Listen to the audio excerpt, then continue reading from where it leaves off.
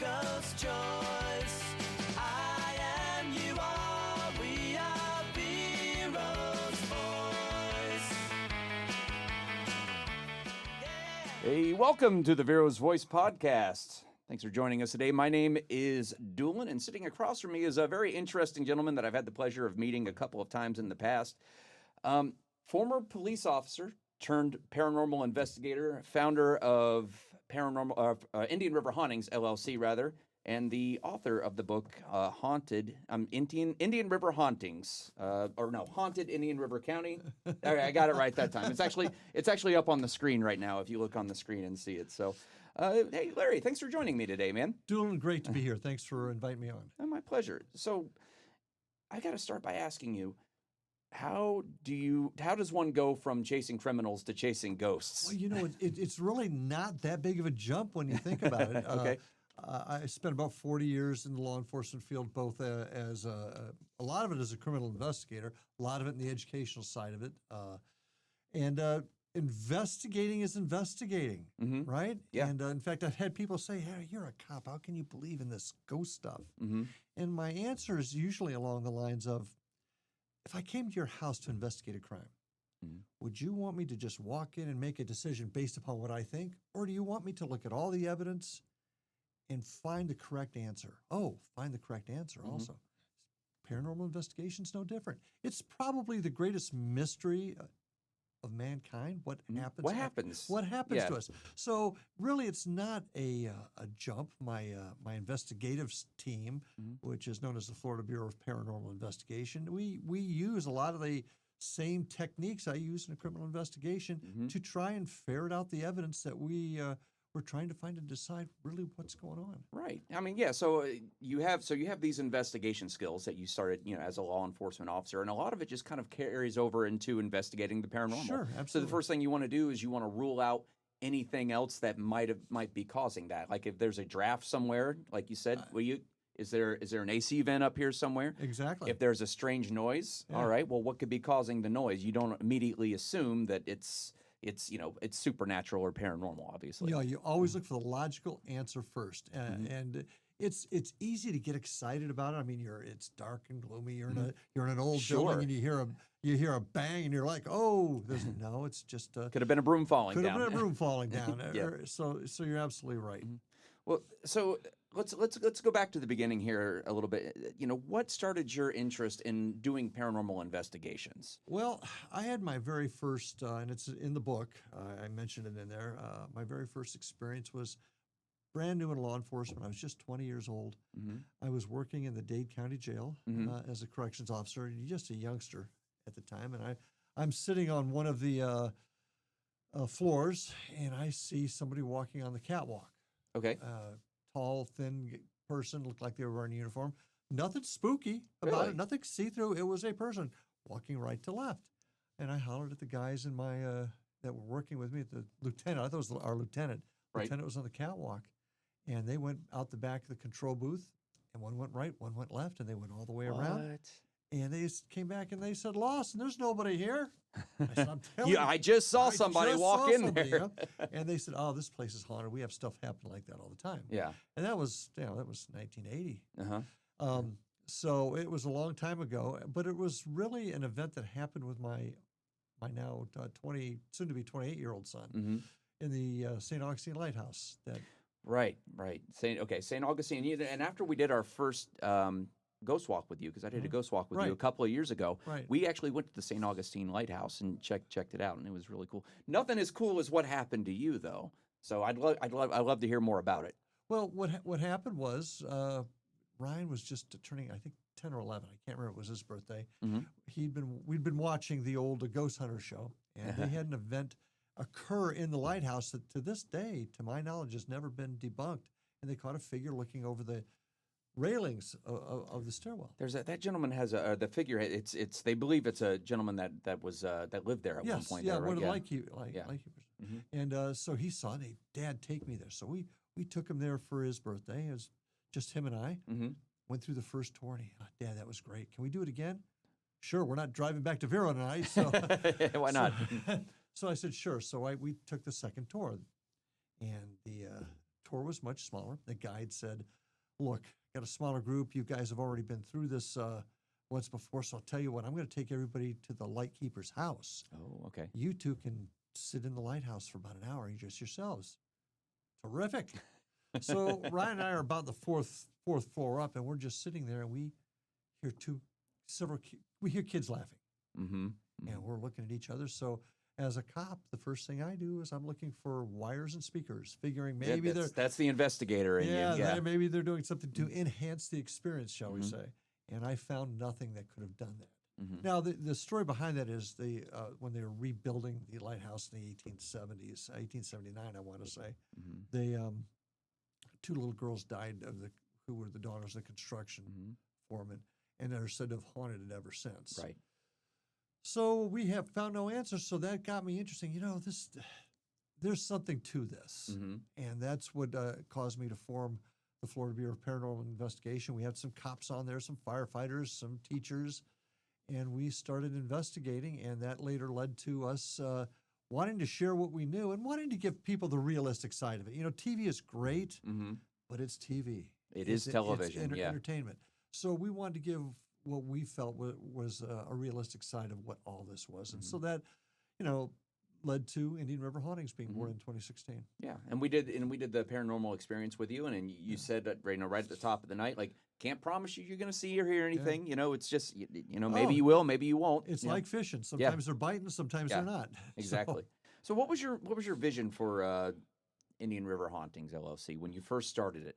Well, once again, that's kind of the outreach of my research team. Okay, and we to share with others. And my view was to give people a realistic view, but also to open minds, Doolin, to open minds.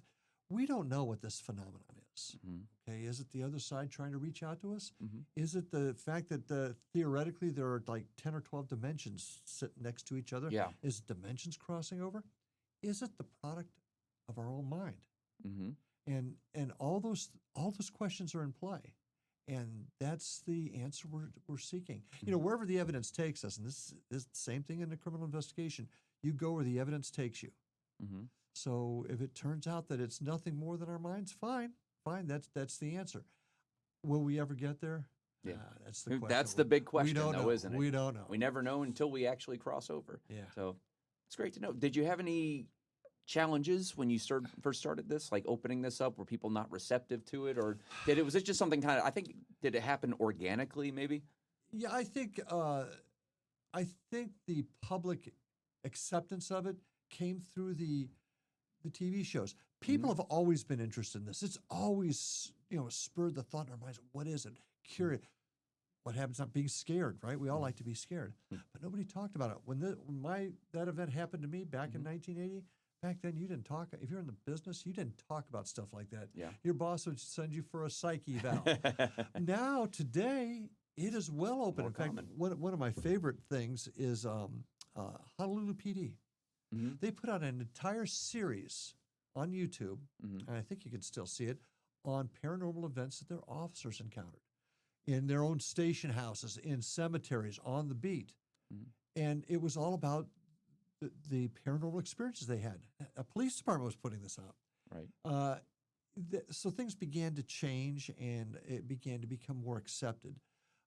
Still, back then, there were still some people like, what are you crazy here or what? But it's become much more accepted. I think there's been plenty of studies that close to 60% of the population actually believe in ghosts. Something that we can explain. Exactly. So, it has become more accepted. There's a lot of other issues that come up with it. Certainly, dealing with religion, dealing with people. There are a lot of fakes out there. You got to be careful. Of course. So there's still some issues out there, but people are a lot more open to it. And that's my whole thing.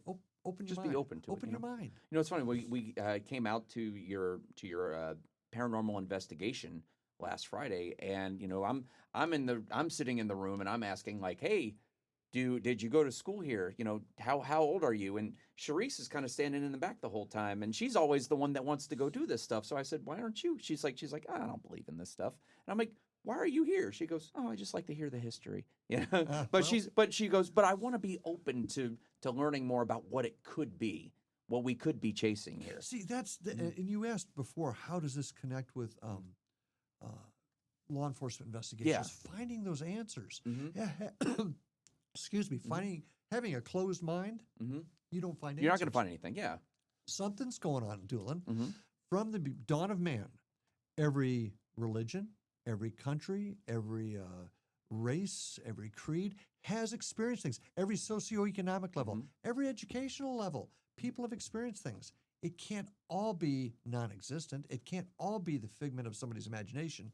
There's something. Well, I think it's closed-minded to think that there's nothing that that doesn't happen that we can't explain. Lots of things happen that we can't explain. It's just trying to find the answers as to what those things are and what causes it. Sure. Absolutely. Sure. So for your investigations and the things you've done in your ghost walks and your paranormal investigations, what are some of the craziest unexplainable things that have happened to you over the years? You're going on year 10 now, so with this, we started actually investigating in 2008. So yeah, I've had some strange things. One of them was Our Lady in Purple in the Marsh Landing restaurant. I was doing an event, and a guest was taking some pictures. And we tell everybody, take at least 3 photographs of the same spot so that, you can determine if there's an anomaly in there that you can explain. And she did that. And I was actually out of the building and was coming back in, and everybody's gathered around with everyone for a while. And Larry, you got to see what we got. And they showed me this picture. It's in the book. It's Jim Wilson says hello. Hey, Jimmy, how are you? Thanks for listening, my friend. She takes these pictures, and in one picture, there's a woman in a long purple dress and a hat. It looks as if she's leaning up against the door jamb of the women's restroom there. Does she look like she from a particular time period? It's kind of blurry, but yeah, it looks rather old. But there was nothing there a minute ago, right? And I of course had Susan Adams. She's one of the owners of the Marsh Landing. She got out the next day, had gotten me the security tape of that hallway. There was nothing there. And probably the craziest thing about it was the door to the women's restroom was open. And if anybody out there has been in the Marsh Landing restaurant, it's just the other side of that big deer that they have in there today. And the door was open. And the chair rail that goes through the entire building, right, you could see in the restroom from the picture. Right. When you look at the picture, the chair rail, you can see through this figure, right through so completely translucent.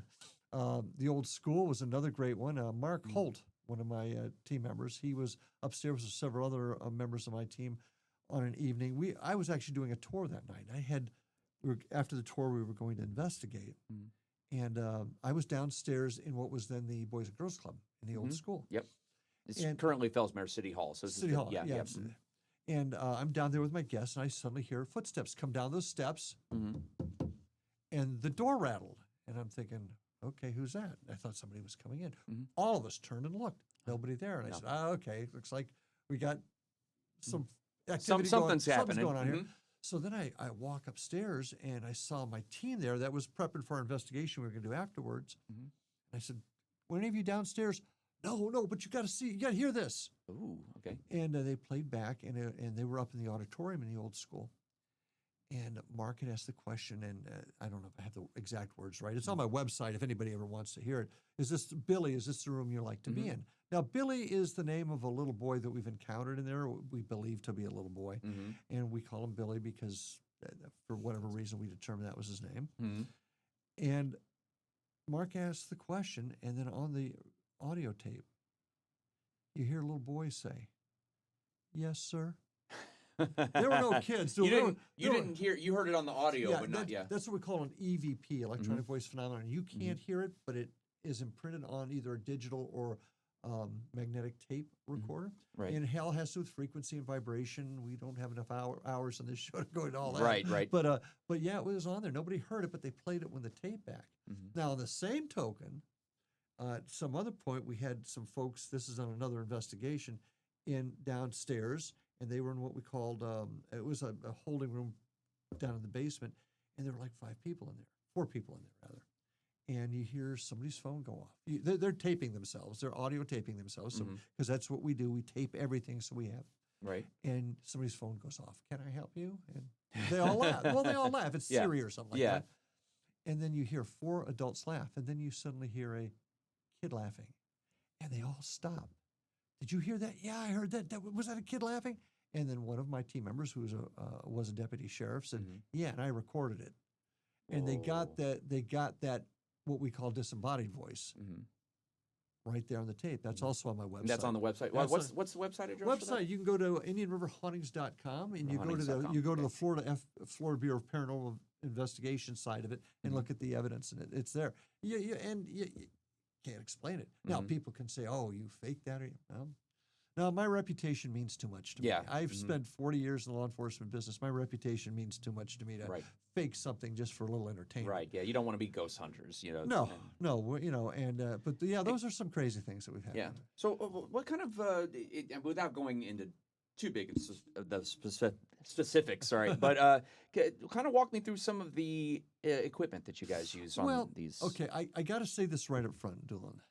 There has not yet been a piece of equipment that unequivocally proves, of course, that ghosts exist. I need to put that right out there, and that's why we film everything, and we usually look for getting 2 or 3 pieces of equipment to agree with something before we get super excited about it. But probably our favorite piece would be our what we call our spirit box and our portal. And what that is the spirit box itself goes through radio frequencies very fast.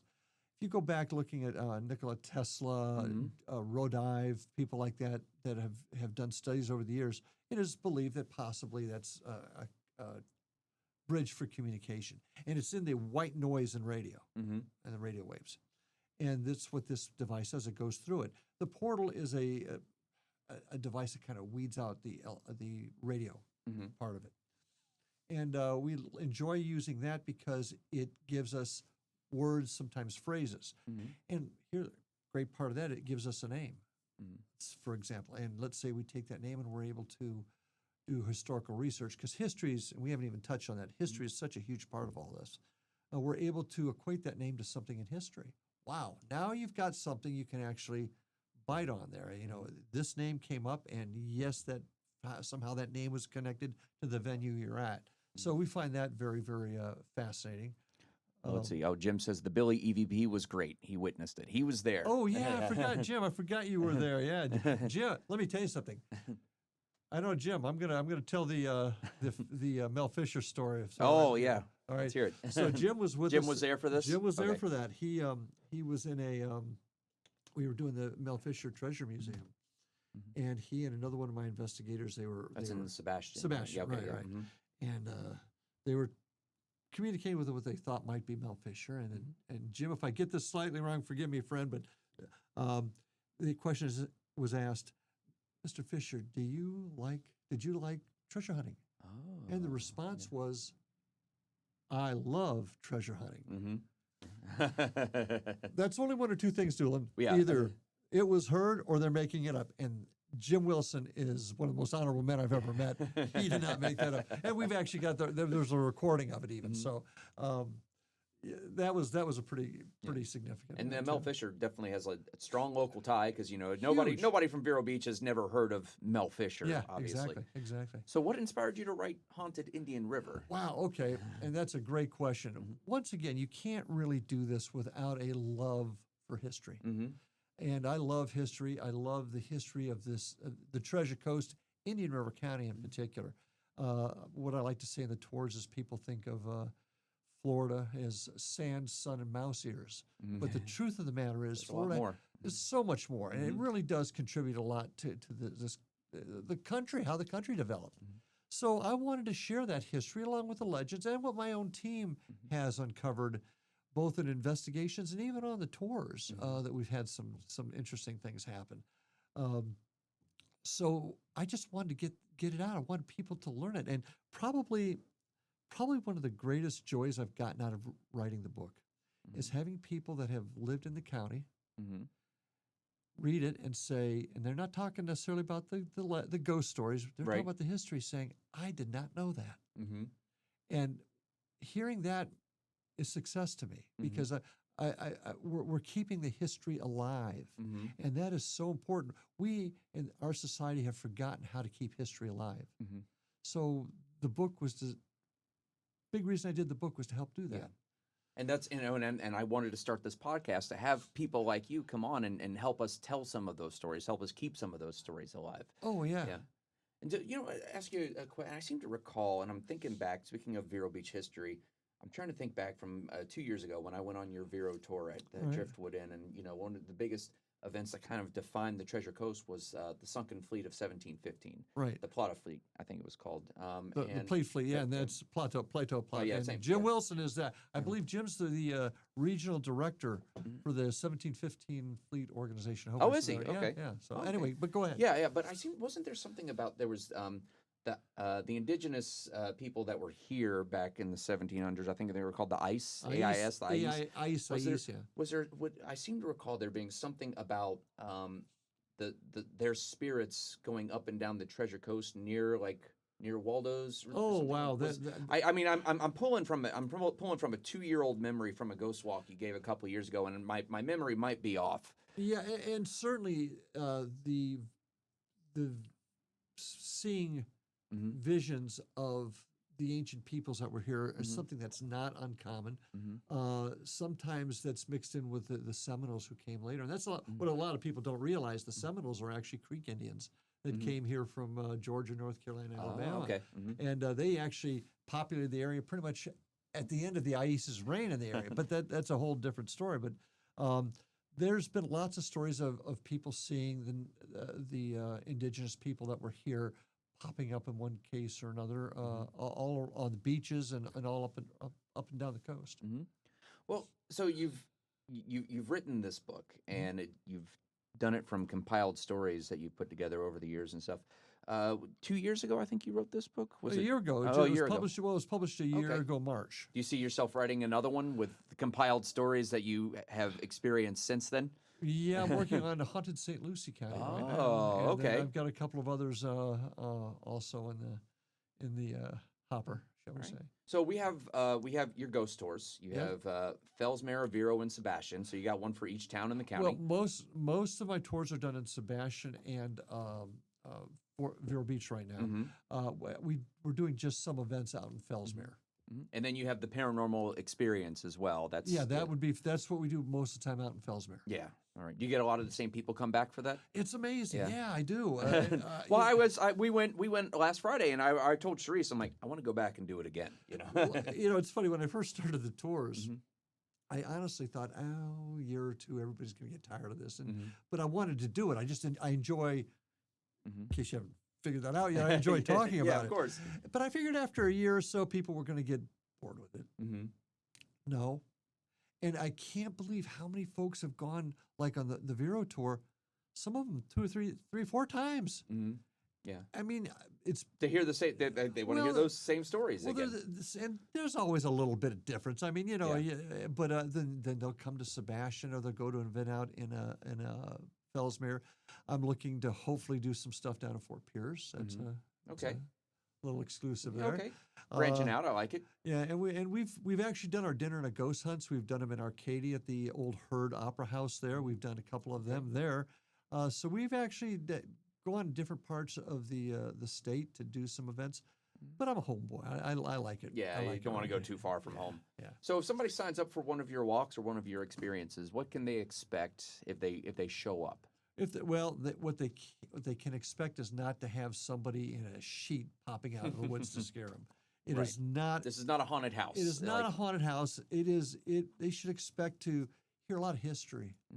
Because let's face it, if you're going to talk about ghosts, we'll just use that term. You're not talking to anybody here. Yeah. You're talking to the past. So in order for you to understand that, you must love and embrace history. So you're going to hear a lot about history. Maybe some things, even if you're a lifelong Indian River resident, you might not have known. So you're going to hear a lot of history. You're going to hear some of those legends that go with that history.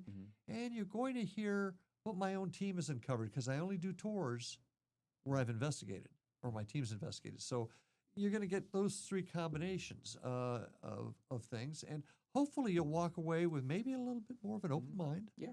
But also a better understanding of the history of the place we live. Right. Just tell the stories of the Treasure Coast, and Yeah. that's why we're here, right? Yeah, exactly. I love it.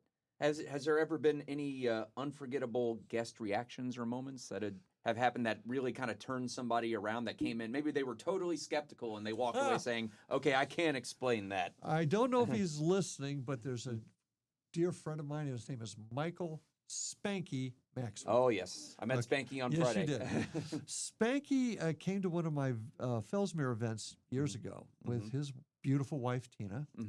And he didn't want to have any of this. Now, Spanky and I knew each other because he's a retired firefighter. And when I was the director of the police academy, he was one of the instructors at the fire academy, so we knew each other. Right. And I remember seeing him that night. Oh, Spanky, good to see you. And he was didn't want. He just thought it was a bunch of silliness. After that night, being in the old school and experiencing what he did, he wanted to be part of the team. He's now the lead investigator, my lead investigator for the FBPI, and does a fantastic job. He does. Yeah, we had a great time with him. And most of my team, Tom and Jill Randazzo were on an investigation. Shelley McGowan was. Most of my folks have been on my tours and have experienced it and have wanted to do part of it. And even now, we'll take guest investigators with us, and it's mostly folks that have gone on an event and they just want to learn more. Yeah, absolutely.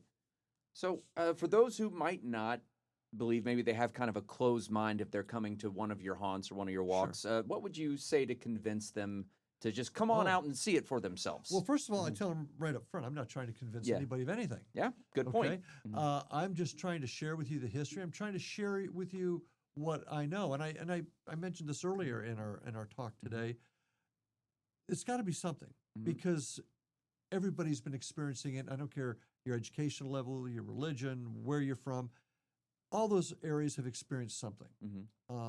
So it can't be nothing. So what is it? Let's try and find out what it is. Have an open mind. Just have an open mind. Now, I come across a lot of people that say, well, I've never experienced a thing. And that's absolutely possible. And I have some theories on that as to why that may be. But like everything else, it's just theories. We haven't really proven anything yet. The only thing I can tell you is something's happening. Yeah. And to say that it doesn't, say that there's nothing that's happening, that it's all made in somebody's mind, is as, I won't say silly because that's not fair, but it's as impossible as everybody that hears every knock in the middle of the night say it's a ghost. Well, every knock is not a ghost, nor can we say nothing ever happens. It's all the figment. So somewhere in the middle is where we go. Well, I'll put it to you like this, and something I've heard it said before, to say that there's nothing past this realm because that doesn't make sense. I always counter by saying, well, you know what else doesn't make sense? Just this existence in and of itself doesn't make sense. We're here. This is something made from nothing. So to say that there's nothing, I would say that this sets a precedent for more things that doesn't make any sense. Well, if you really want to go down that road, let's look at the construct of time. And that actually comes into play. Like I said, if we start talking philosophies, you and I will be on the air for a week. There's a small independent movie called Ghost Story with Casey Affleck. Have you ever seen it before? It's a very low budget movie, but I don't. It rings a bell. I recommend you because it really plays into that element of time, and most of the movie is done without any words. But it's about a young man who dies, and he's haunting this place, and he's just kind of represented as just a figure in a sheet. It's just sort of meant to be a representation. He doesn't speak very much, or actually, he doesn't speak at all once he's crossed over to the other side. But something starts happening, and he starts moving around through different points, both backwards and forwards, and it basically presents time in a very non-linear fashion, essentially. And that is one of the big theories that are out there. In fact, a theory, a guy named Mike Ricksecker wrote about this. You look at time as a river, and you think it just goes one direction. Just going one direction. Well, what if there were no banks to that river? And it's just now time is now just one big. Yeah, I think we perceive time linearly. And we have to. That's how things are for us. But that's one of the theories out there. And you cannot take religion out of this either. And this is not meant to be anti-religious because I consider myself a Christian, right? But it's just answers we don't have. And I get asked that, well, if you're a Christian, why do you do this? I just believe God's given me this desire to find answers. That's why I was a detective. That's so. But time is a huge part of this whole thing, as is the dimensional theories. Here's the kicker, Doolin. We don't know. We don't know. We don't know what we don't And maybe know. we're not supposed to know. I've wrestled with that too. Maybe we're not supposed to know. Well, listen, we got your book here, Haunted Indian River County. If somebody wants to pick up a copy of this, where do they go? Well, a lot of the local retailers have it. I think the Vero Beach Bookstore has it. I know Casey's on the Beach has it. Books A Million at the mall have it. Books Okay. A Million. Wonderful. You can get it on Amazon. Yeah, you can get it from my website. Okay. So there's a bunch of places, and if you get it, I hope you enjoy it. All right. And what do you got coming up for the rest of the month? I know we're in Halloween season now, so I know you got at least a couple more things coming up. Yeah, it's currently the 15th at the time of taping. I've got a tour this Friday night on the beach. We meet at the Driftwood at about 7, a little bit before 7. This Friday night. So 2 nights from now. Okay. Right, and then the 26th, which is a Sunday, we're doing another tour on the beach. And then on the 24th, we're going to be at Waldo's Secret Garden. Oh, think about this. okay. Waldo Sexton, the man that really put Vero Beach on the map. And he's been spotted living maybe in the more recent years, hasn't he? He's popped up on occasion, a number of occasions, and I once again got some interesting stories on that. But a Waldo's Secret Garden, it's his homestead, now known as Waldo's Secret Garden. It's on 12th Street between 43rd and 58th, and we're doing a public event there. It's called a Haunted Garden Evening, I believe. And you can get tickets for that. This one won't be through my website. This one is through the Waldo's Secret Garden website, which is waldosSecretGarden.com, all one word. And you can get tickets on there. And I think we're meeting at 7:30. And our guests will join my team for a little bit of history lesson. None of my stuff starts without a history lesson. Of course, everybody's got to. You got to have the foundation. You got to know the history. Got to have the foundation. And then we're going to spend some hours going through that incredible homestead. We were, in fact, was out there with another team the other night, and I was kind of helping them along a little bit, kind of overseeing it with them. And they got some incredible things, which included, and I'm waiting for the tape to come in. I heard it when it happened, but I want to hear the tape too, where whatever it was we were talking to actually mentioned my name. Whoa! So, which was pretty cool. So, you're building a rep on the other side. Well, it's going to be a fun night, and also, once again, we're not trying to prove or convince anybody of anything. We're trying to show folks how do we use our equipment, how it works, how it functions, and they get to experience stuff. And sometimes they get stuff, sometimes they don't. But when they do, you asked earlier what changed when something happens. Yeah. I mean, that's when they get something that they can't figure out. That's when you get the change of saying, you see the light come on. The light come on. I said, wow, something made this happen.